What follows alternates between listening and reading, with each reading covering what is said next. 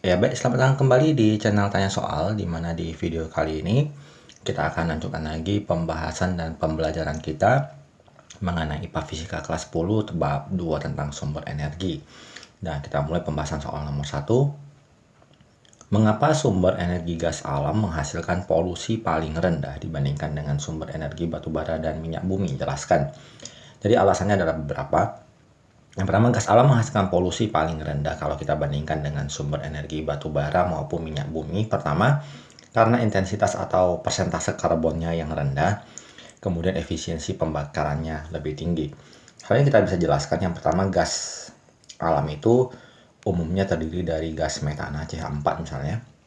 Kalau kita bandingkan dengan minyak bumi dengan C8H18 oktana, kalau kita bakar dengan oksigen akan menghasilkan pembakaran CO2 tambah H2O.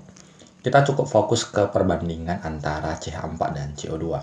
Di sini atom karbonnya 1, ini juga atom karbonnya 1. Jadi apabila dibakar, maka akan menghasilkan perbandingan 1:1. Artinya kalau 1 liter gas alam akan menghasilkan 1 liter gas karbon dioksida. Bagaimana kalau yang terjadi misalkan minyak bumi C8H18 dibakar? Maka akan menghasilkan sama juga reaksi pembakarannya. Yang utama ya CO2 tambah H2O, tentu ada reaksi sampingannya, misalnya gas-gas yang lain, tapi kita fokuskan ke CO2-nya terlebih dahulu. Di sini kita perhatikan kalau perbandingan antara minyak bumi C8, maka kalau di ruas kiri C-nya 8, maka ini C-nya juga harus 8. Maka perbandingan adalah kalau kita membakar 1 liter minyak bumi, bensin misalnya, akan menghasilkan 8 liter gas karbon dioksida. Sama-sama 1 liter, hasil pembakarannya cukup berbeda. Jadi kita bisa pastikan bahwa intensitas karbon yang dihasilkan untuk pembakaran gas alam akan lebih rendah kalau dibandingkan dengan minyak bumi dan juga dengan batu bara.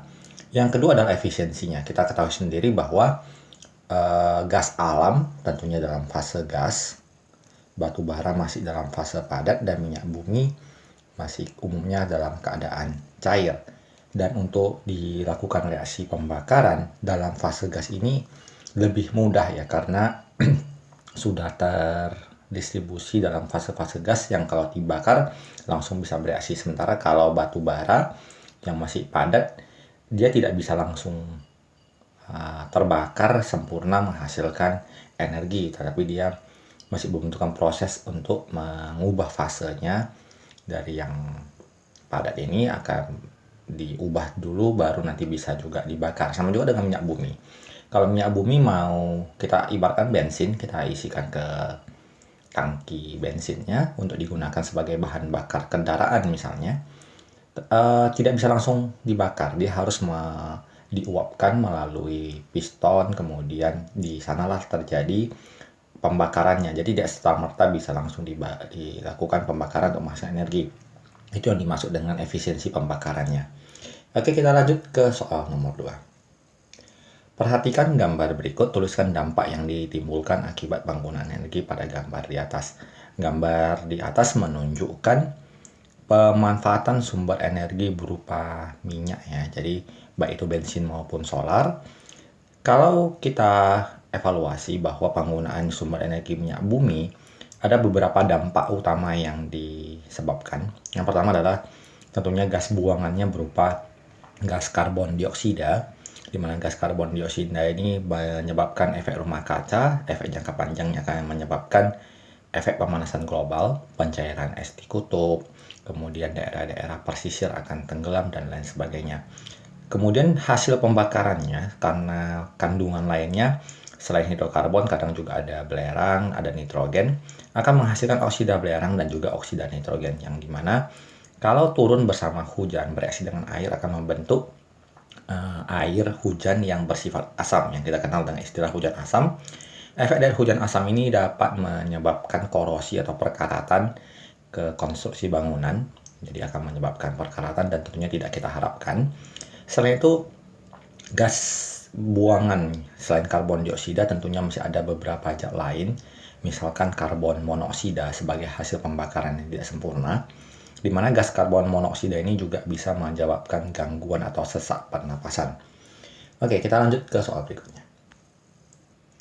Nomor 3, jelaskan pendapat Anda terkait PLTU sebagai sumber energi terbesar di Indonesia, tetapi menyumbang polutan yang berdampak bagi lingkungan dan alam. Kita evaluasi dulu PLTU itu sendiri. PLTU adalah pembangkit listrik tenaga uap yang sumber energi utamanya berupa batu bara. Jadi pemakaian batu bara ini menghasilkan emisi karbon yang cukup besar dan menyumbang polutan yang berdampak bagi lingkungan dan alam. Jadi akan menyebabkan polusi udara, bisa kita langsung tandai dengan langit ataupun awan yang berbentuk kelabu abu-abu gitu.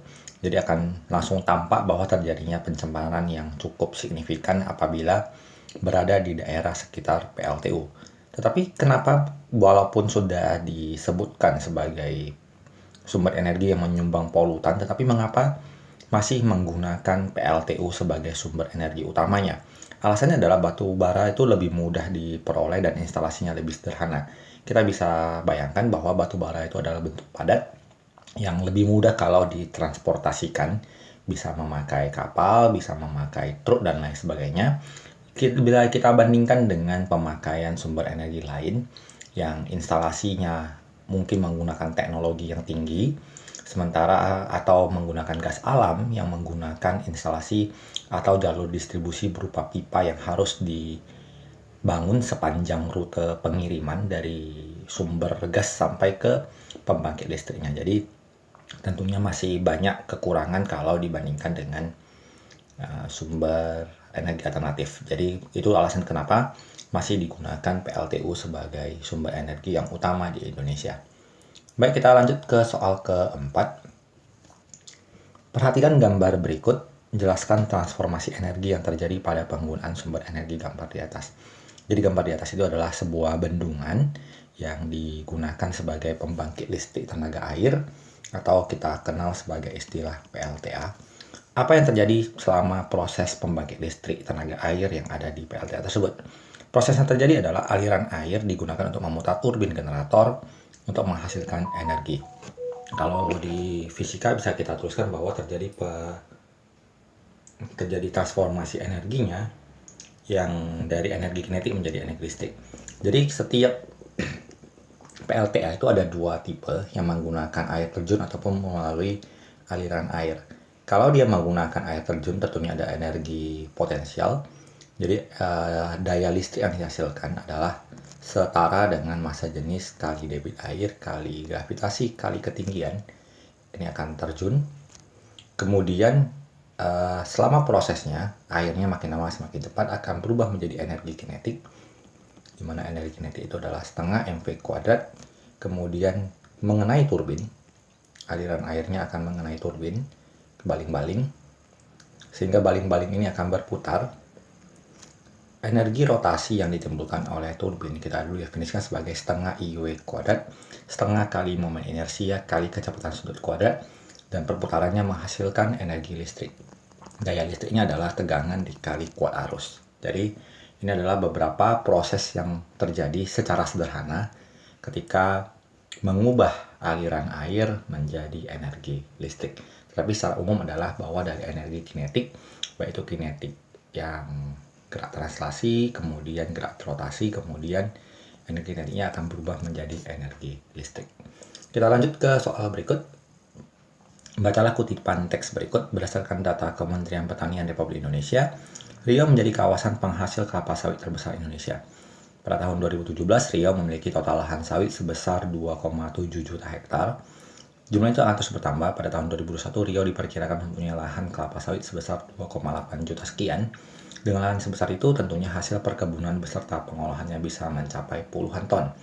Berdasarkan kutipan teks di atas, sumber energi yang berpotensi di daerah tersebut menggunakan biomasa. Apa pernyataan tersebut benar? Jelaskan alasan Anda. Jadi kelapa sawit adalah salah satu jenis tanaman yang dimanfaatkan sebagai biofuel. Selain kelapa sawit, ada juga jenis-jenis tanaman seperti jarak maupun ganggang yang bisa dimanfaatkan. Kemudian kita tahu bahwa kelapa sawit itu adalah tumbuhan, adalah sumber dari bahan organik, ada kandungan karbonnya, yang apabila diolah sedemikian, limbahnya pun bisa kita olah, maka menjadi sumber energi alternatif tergantung penggunaannya, apakah dengan proses-proses yang sudah dipelajari, apakah akan dikomposkan ataupun diolah menjadi biomasa. Yang penting dia adalah salah satu materi atau salah satu jenis zat yang kandungan organiknya tinggi yang bisa diolah untuk menghasilkan sumber energi alternatif. Jadi demikian pembahasan soal untuk kesempatan kali ini.